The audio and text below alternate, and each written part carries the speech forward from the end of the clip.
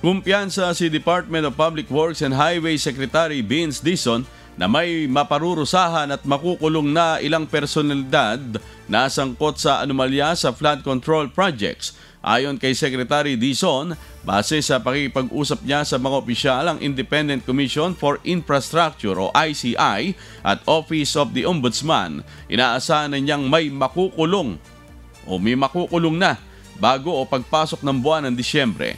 Tiwala ang kalihim sa proseso dahil malakas anya ang mga ebidensya na kanilang isinumite sa Office of the Ombudsman at hayagang makikita kung paano ninakaw ang pera sa mga proyektong pang-infrastruktura.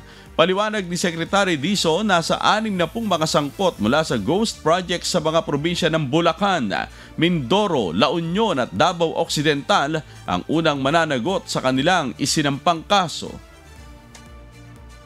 Talagang binibilisan natin ito, ayon sa utos ng Pangulo, na dapat managot at makulong na itong mga dapat managot habang nakafile ang mga iba't iba nilang kaso sa ating mga korte.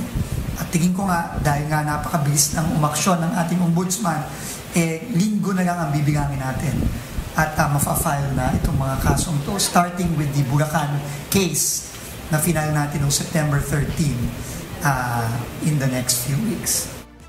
Very, very confident kasi nga dahil most of them ghost project. Simple lang naman yan. May proyekto dapat. Ito ang budget. Binayaran mo ng buo pero walang ginawa.